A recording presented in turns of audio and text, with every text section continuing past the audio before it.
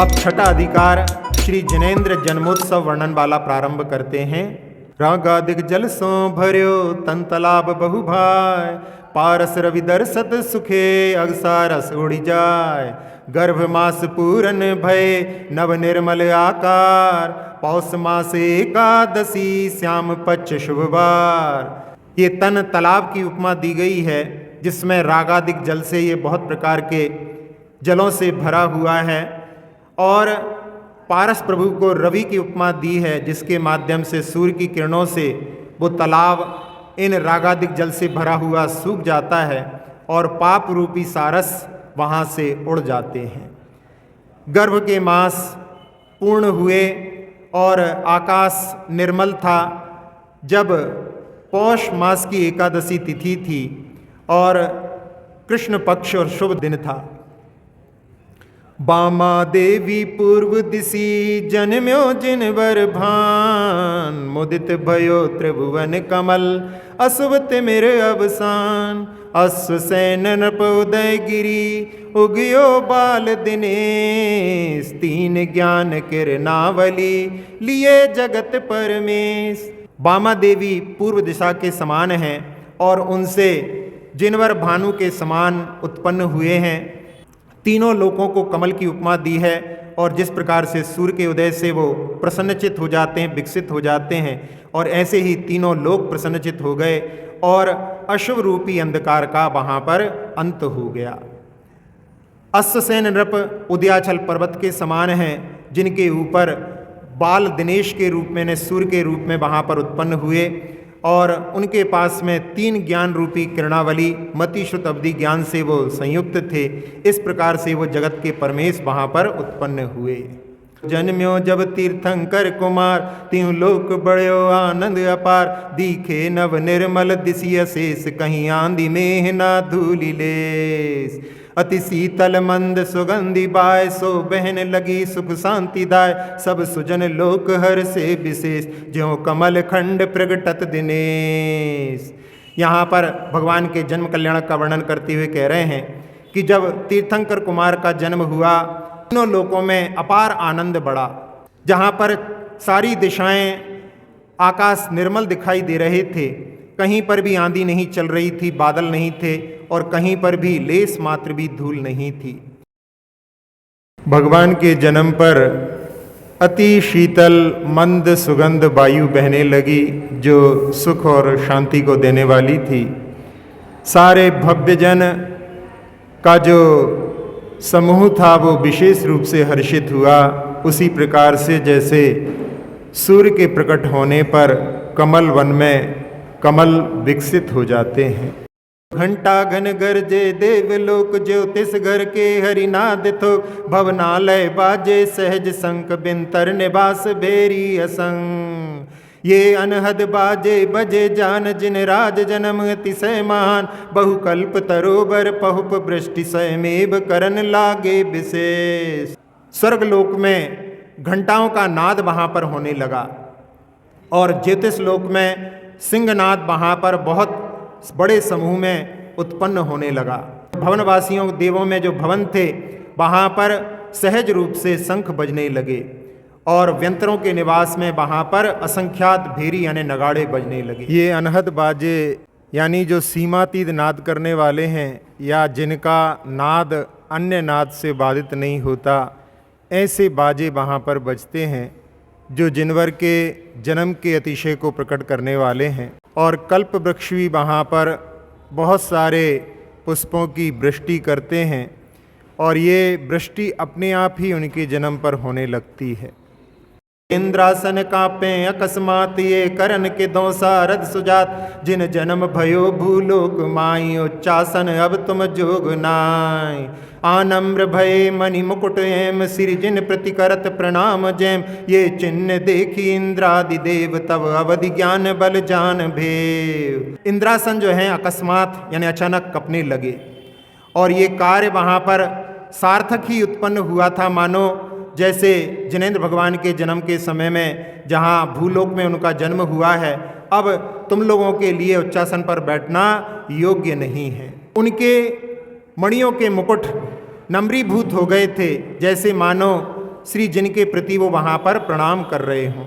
ये चिन्ह जब इंद्रादि देवों ने देखे तो उन्होंने अवधि ज्ञान के माध्यम से ये सारे भेद रहस्य को जान लिया।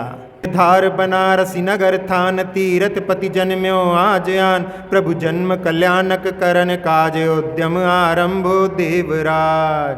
परिवार सहित सब इंद्र नाम आए, मिली प्रथम सुरेंद्र धाम, नाना विध वाहन चढ़े जेह जिन भगति सलिल सिंचित सुदे। उन्होंने निर्धारित कर लिया कि बनारस नगर के स्थान पर आज तीर्थ के पति यानी तीर्थंकर का जन्म हुआ है और ये प्रभु के जन्म कल्याणक के करने का कार्य अब यहाँ पर अपन लोगों के लिए उत्पन्न हुआ है। उसके लिए देवराज ने वहाँ पर उद्यम आरंभ किया। परिवार सहित सारे इंद्र मिलकर के आकर के सबसे पहले सौधर्म इंद्र के स्थान पर पहुँचते हैं। जिन भक्ति रूपी जल से जिनका पूरा शरीर सिंचित था, ऐसे नाना प्रकार के वाहनों पर चढ़ करके वो इंद्र वहाँ से निकले। सप्तांग सेन तब चली एम, यह महाजलद की लहर जैम, हाथी रथ पायक वृषभ बाज, गायनी नर्तकी सेना समाज। एक एक सैन्य में 7 कच्छ, तिमाही प्रथम 84 लक्ष, फिर दुगुन दुगुन 7 लौ जाने, इस भात 7 सेना महान। सप्तांगी सेना वहाँ पर इस प्रकार से चली मानो महान समुद्र की लहर ही उस ओर बढ़ रही हो। उस 7 सेनाओं में हाथी, रथ, पैदल, बैल और घोड़ा और गाने वाले गायक और नर्तकी, इस प्रकार से सेना का समूह था। एक एक सेना में 7-7 कक्ष थे, जिसमें प्रथम कक्ष में वहाँ पर 84 लाख, जो 7 चीज़ें थी सब 84 लाख थी। फिर उसके बाद में दुगने दुगने इस प्रकार से 7 भेद उनके होते हैं 7 कक्ष के।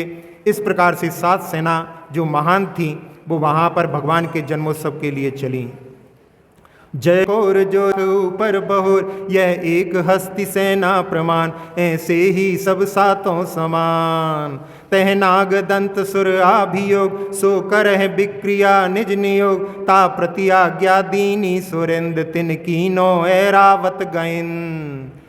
यहाँ पर कह रहे हैं कि 106 करोड़ और उसके ऊपर 68 लाख, इतनी जो है एक हस्ती सेना प्रमाण थी। ऐसे ही जो है 7 सेनाएं वहाँ पर समान रूप से चली और उनमें जो आभियोग जाति के देव होते हैं जो कि वाहन जैसे कार्य करते हैं, वो वहाँ पर नागदंत नाम का देव वहाँ पर विक्रिया जो कि उसका नियोग रहता है, उनके प्रति आज्ञा को जब दिया गया देवेंद्र के द्वारा तो उसने ऐरावत गजराज का रूप वहाँ पर बनाया।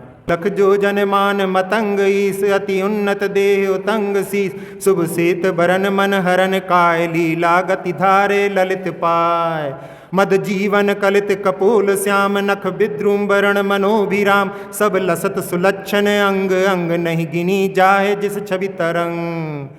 वह 1 लाख योजन प्रमाण वो गजराज था और उसकी अति उन्नत देह और उसका उतंग यानी बहुत ऊंचा शीश था यानी मस्तक था, जो शुभ श्वेत वर्ण वाला था। मन को हरने वाली उसकी काया थी और उसकी चाल वहाँ पर इस प्रकार से लीला के साथ में चलता था, अपने पैरों को रखकर, जो सबके मन को हरने वाला था। मद जीवन यानी मद रूपी जल से उसके दोनों गाल भीगे हुए थे जो काले काले थे और उसके नख मूंगे के रंग वाले मन को हरने वाले थे। उसका अंग अंग अच्छे अच्छे लक्षणों से शोभायमान थे, कोई उनको गिनने में समर्थ नहीं था। उसकी छवि की जो तरंगे वहाँ से फूट रही थीं। गंभीर घना घन घोष जास, बहु सुंदर सुंड सुगंध सास, सो काम स्वरूपी काम गौन, जा देखे मोहत 3 भौन। घन घोरत घंटा लंब मान, मणि घुंगुर माला कंठ तान, सोवन पाखर सो दिपे दे, संपाजित मानो शरद में। घन के यानी बादलों के समान उसका गंभीर घोष था और बहुत सुंदर उसकी सूंड थी, सुगंधित उसकी श्वास निकलती थी।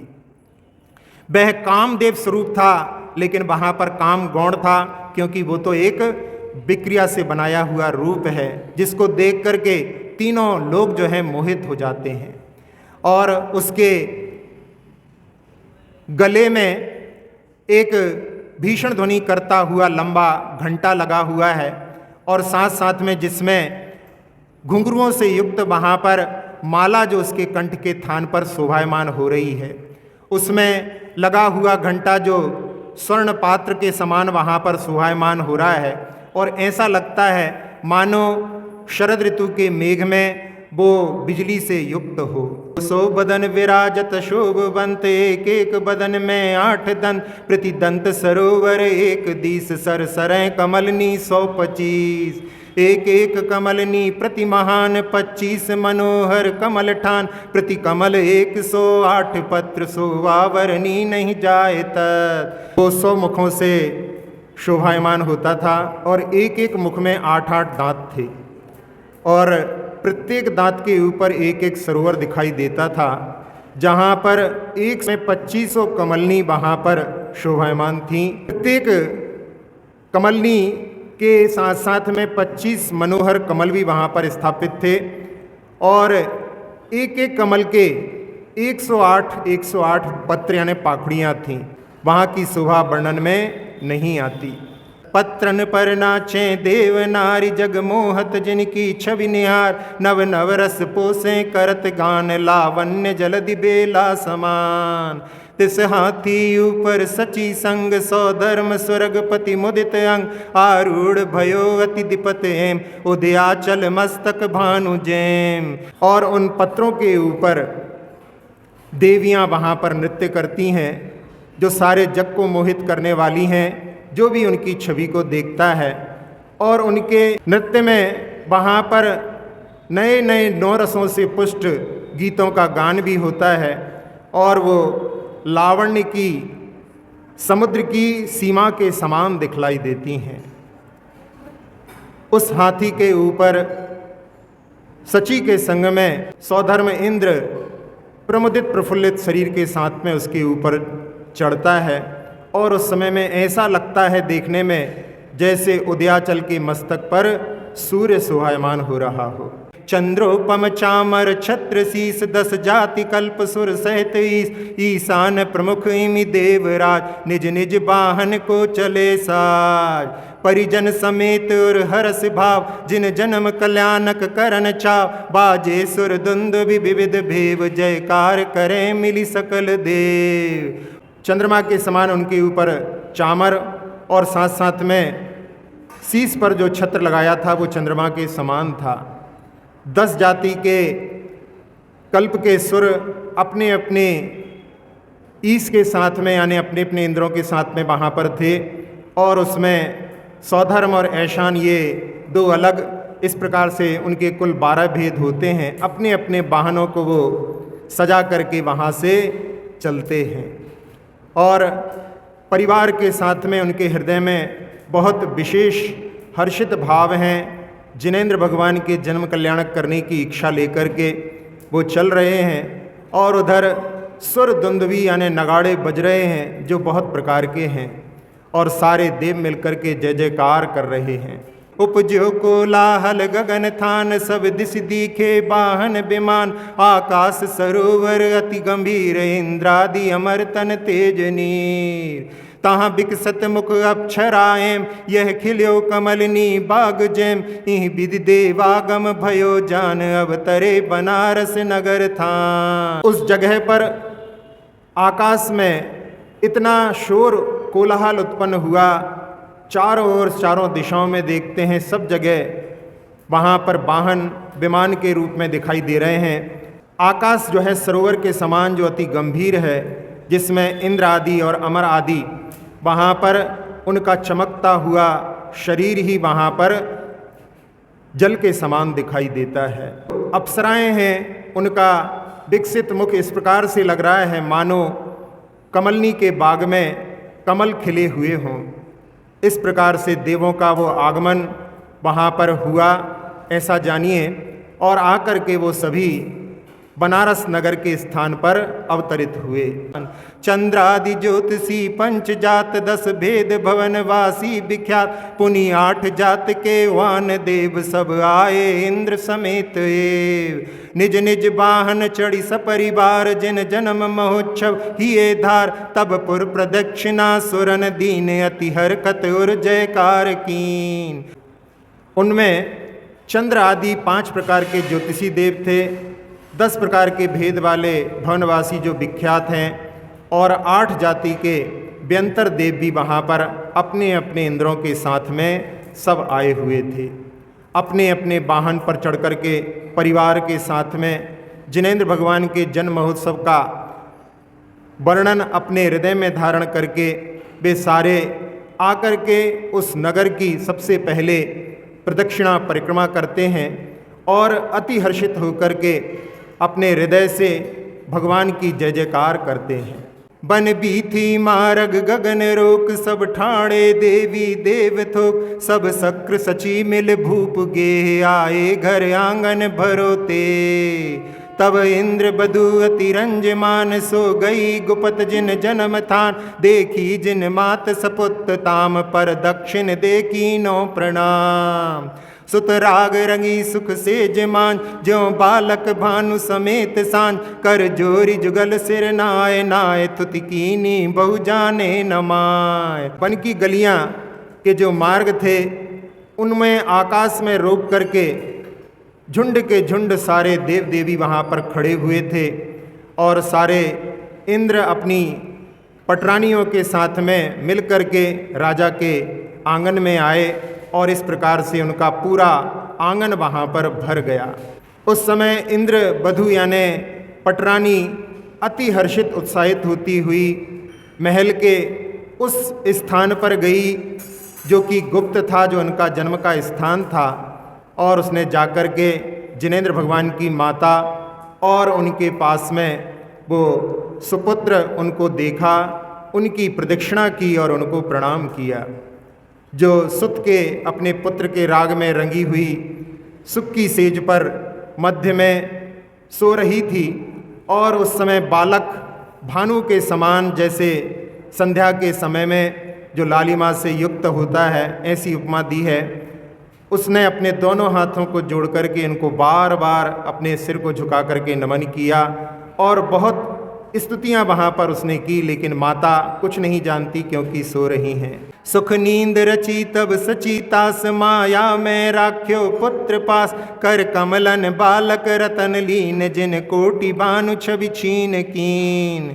सुख उपजे जो प्रभु परस दे, कवि वाणी गोचर नाही ते, प्रभु को मुख बारिज देख देख, हर के सुर रानी और बिसे। सुख रूपी नींद उसने वहाँ पर सची ने उन माता के लिए वहाँ पर रच दी, यानी अब उनकी नींद ना खुले, और यदि नींद खुले भी तो उसमें वो अपने पुत्र के वियोग में दुखी ना हो, इसलिए उसने माया में पुत्र उनके पास में माया से बना करके एक पुतला वहाँ पर रख दिया और अपने हस्त कमल में बालक रतन को लेकर के, और जिनकी करोड़ों सूर्यों से भी ज़्यादा छवि थी, यानी करोड़ों सूर्यों की छवि भी उनके सामने क्षीण हो जाती थी, ऐसे बालक को लेकर के जब वो चली तो उनके लिए जो सुख उत्पन्न हुआ जब उन्होंने प्रभु की देह का स्पर्शन किया, उसका वर्णन कभी भी अपनी वाणी के माध्यम से नहीं कर सकते।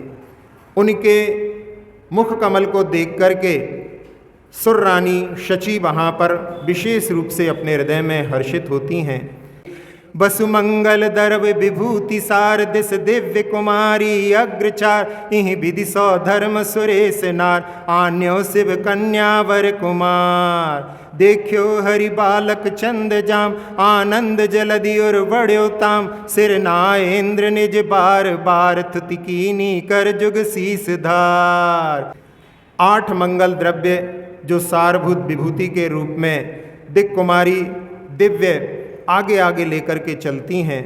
इस प्रकार से सौधर्म सुरेश की पत्नी सची वहाँ पर मुक्ति रूपी कन्या के लिए आगे होने वाले श्रेष्ठ वर ऐसे कुमार को लेकर के आती हैं। जब इंद्र उनको देखता है, जो बालक चंद्रमा के समान दिखलाई दे रहे हैं, उसके आनंद रूपी समुद्र का वहाँ पर उत्साह बढ़ने लगता है, क्योंकि जैसे चंद्रमा के द्वारा समुद्र में ज्वार आता है उस प्रकार से वो हर्षित हो गया और उसने अपने सिर को झुका करके उसने उनको अपने दोनों हाथों को जोड़ करके बार बार स्तुति की। छवि देखी तृपति नहीं होए लेस, तब सहस आँख कीनी सुरेश, करी नमस्कार निज गोद लीन, ईशान इंद्र सिर छत्र दीन। तहाँ सनत कुमार महेंद्र सोय, ये चावर ढाले इंद्र दोय, ब्रह्मादि सुरगवासी सुरेश, जय नंद वर्ध बोले विशेष। इस समय उनकी छवि को देख करके सौधर्मेंद्र तृप्ति को प्राप्त नहीं होता लेश मात्र भी। तब उसने 1000 नयन बनाए और उसके माध्यम से उनको नमस्कार करके अपनी गोद में लिया और ईशान इंद्र ने उनके सिर पर छत्र लगाया। तभी सनत कुमार और महेंद्र दोनों उनके दोनों ओर चांवर को ढालते हुए चलने लगे और ब्रह्मादि आगे के जो 5वें स्वर के ऊपर के जो इंद्र हैं वो वहाँ पर जय जयकार आनंद प्राप्त करें, वर्धन करें, इस प्रकार से विशेष रूप से बोलने लगे। नाचे सुर रमणी रूप खान, गंधर्व करें जिन सुजस गान, सुर बाजे बाजे बहु प्रकार, सुर धरई किन्नरी बीन सार, के सुर सिर जिन सुभग बेस, देखें भरी लोचन निर्निमेष, के यो भासे सुर समाज, हम देव जन्म फल लयो आ। सुर रमणी यानी देवियाँ जो कि रूप की खान थीं वहाँ पर नृत्य करने लगीं और गंधर्व जाति के देव उनके यश का गान वहाँ पर करने लगे। सुरों के बाजे बहुत प्रकार के होते हैं, वो वहाँ पर बजने लगे और किन्नरियाँ जो व्यंतर जाति की देवियाँ होती हैं वहाँ पर अपने हाथों में रख कर के सारभूत बीन को बजाने लगीं। कई प्रकार के देव जब जिनेंद्र भगवान के जो सुंदर रूप को देखते हैं तो वो निर्निमेष हो जाते हैं, उनकी पलकें नहीं झपकती। इस प्रकार से जैसे कि बिल्कुल एकदम एकटक देख रहे हों वैसे देवों की पलकें नहीं झपकती, शायद इसीलिए कि भगवान को देख करके उनकी पलकें झपकना बंद हो गई हों। कोई इस प्रकार से देव समूह बोलते हैं कि आज हमारा देव गति में जन्म लेने का फल प्राप्त हो गया, इस प्रकार से हमारा जन्म सफल हो गया। के ही सरधायुत भय देव, मिथ्या मत महामिष बम्यो एव, इस भांति चतुर्विद देव संग, सब चले ज्योतिषी पटल लंग। कई देव जो कि श्रद्धा से रहित थे वो श्रद्धा से युक्त हो गए और उन्होंने मिथ्यात्व महाविष को उस समय वमन कर दिया, छोड़ दिया। इस प्रकार से चारों प्रकार के देवों का समूह वो सभी ज्योतिषी पटल को लांग करके ऊपर चला। जो जन सहस 99 सुरगिरि शिखर उतंग, गए सकल सुरगन तहाँ भूषण भूषित अंग। महामेरु के मस्तक भाग, पांडुक बन बहुधरे सुहाग, जो जन सहस जासु विस्तार, सुरचारण खग करें विहार। वो 99,000 योजन को लांग करके सुरगिरी यानी सुमेरु पर्वत के ऊंचे शिखर पर सारे के सारे देवों का समूह वहाँ पर पहुँचा और उनके सारे अंग वहाँ पर आभूषणों से भूषित थे।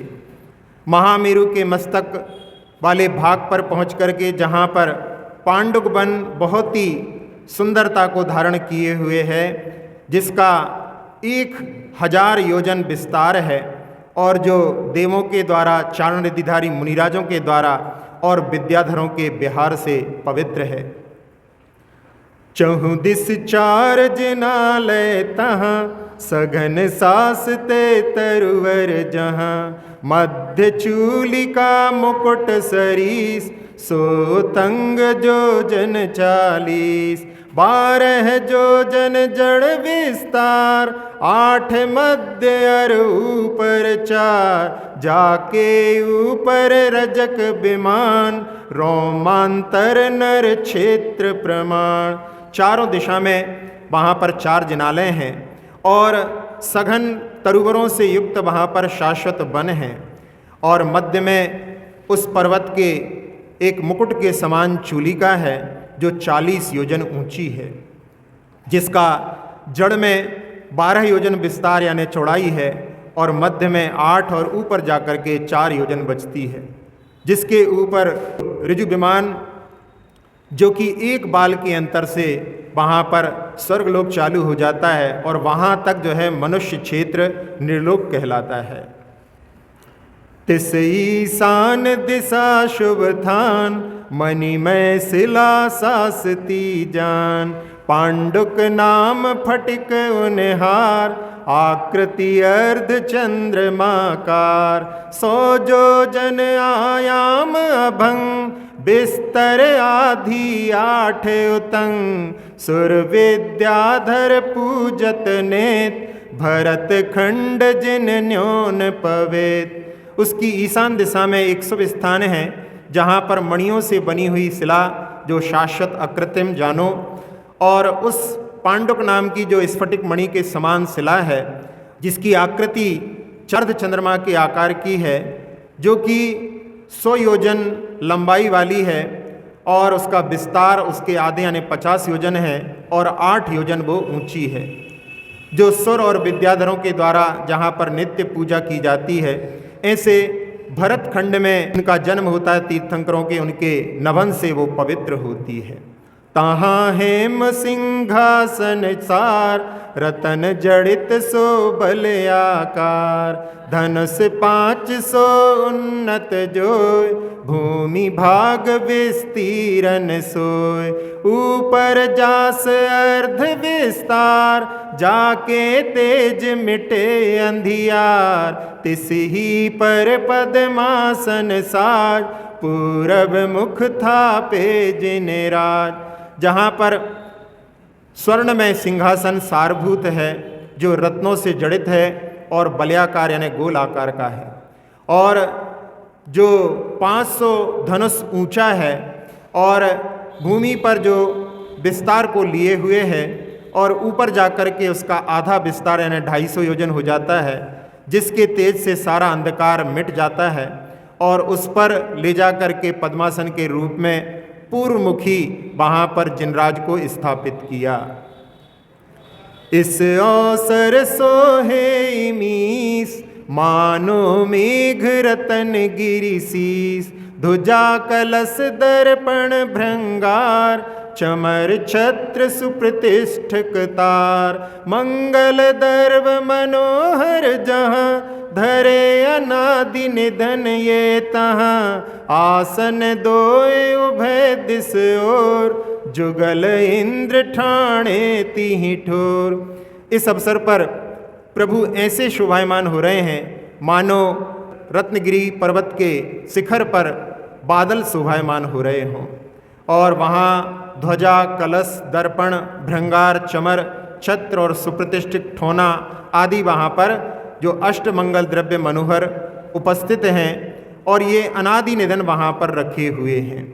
और दोनों ओर 2 आसन हैं दोनों दिशाओं में, जहाँ पर दोनों इंद्र खड़े होकर के उस स्थान पर चारों दिस चारों दिक्पाल, जथा जोग जिन मज्जन काल। सचि सुरेंद्र अप्सरा थोक, सब ठाणे पांडुक बन रोक।